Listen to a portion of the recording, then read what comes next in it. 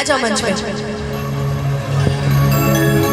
जरूर होई पोटा पुदीना भी होई, सब होई डम धर्मो। आइए ये भी गीत होगा, उससे पहले कुछ इनकी भी बहुत प्यारे प्यारे गीत है। एक नई नई शादी हुई है अभी, नया नया, और जब पिया सांवर होके नू तब तो और सुंदर लगल। काहे से कि गोर होगला से कोनो मतलब नहीं के, काहे से कि गोरे आजादी से पहले भी बेवफा थे, आजादी के बाद भी सारे बेवफा ही हैं, तो गोरे से कोई मतलब नहीं होता है। सांवर चेहरा होके, सुंदर मुन्नर होके, है ना जी। देखो सब कैच करने पे लगे हैं। बड़ा सुंदर भाव गाया है हमारी कल्पना दीदी ने कि सांवली सुरतिया मोहनी मुरतिया बड़ा निक लागे उनकर मीठी मीठी बतिया कि मुस्की पे राजा के लुभा गईनी, कि मुस्की पे राजा के लुभा गईनी। तो लड़की कह रही है कि जानते हैं हम जैसा चाहते थे हमको वैसा ही मिल गया है, एकदम सुन्नर मुन्नर मिल गया है, एकदम देखिए उन लोग की तरह मिल गया है। अब जो भैया गमछा लगाए बैठे हैं उड़ के, एकदम वह पियवा मर्द मिल गया है ना, कि जैसन सोचले रही हम वैसन सखी रे वर पा गईली।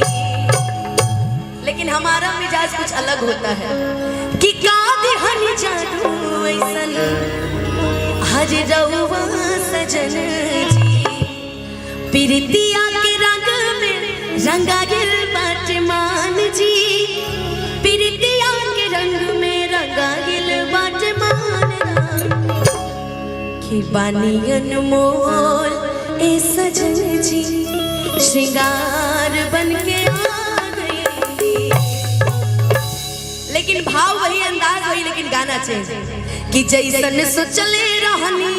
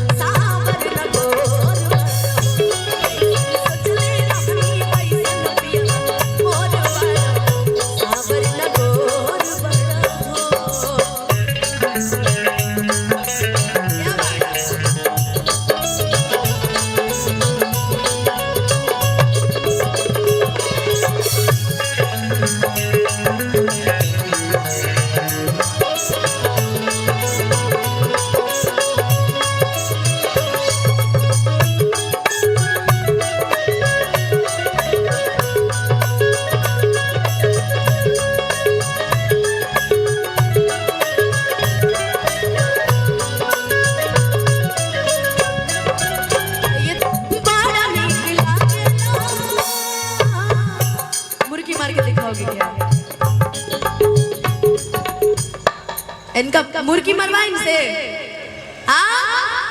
ठीक है चलो आ जाओ प्रीति, दूर दूर से तेरी दौड़ के हो बड़ा नीक लागेला।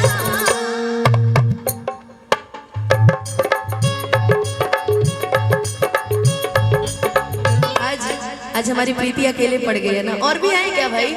और भी भेजिए जरा, रे सदा बाहर नगमे भेजिए, हमारे किशन जी आए हुए हैं, नगमे भेजिए इनके लिए। हो लागेला बलम जी के बोलिया कि जब से ले आइल बारे आपन घर डोलिया, कि बन के हमरा जिंदगी, बन के हमरा जिंदगी में आइल सावर लगो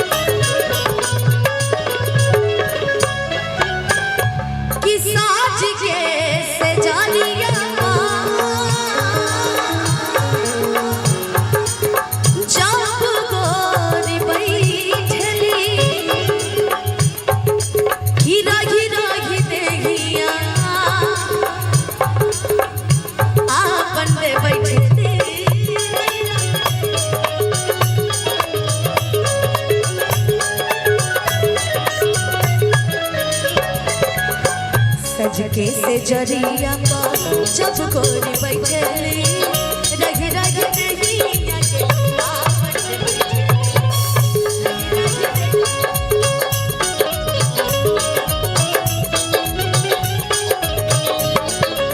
आप अपना नाम बता दीजिए मुझे।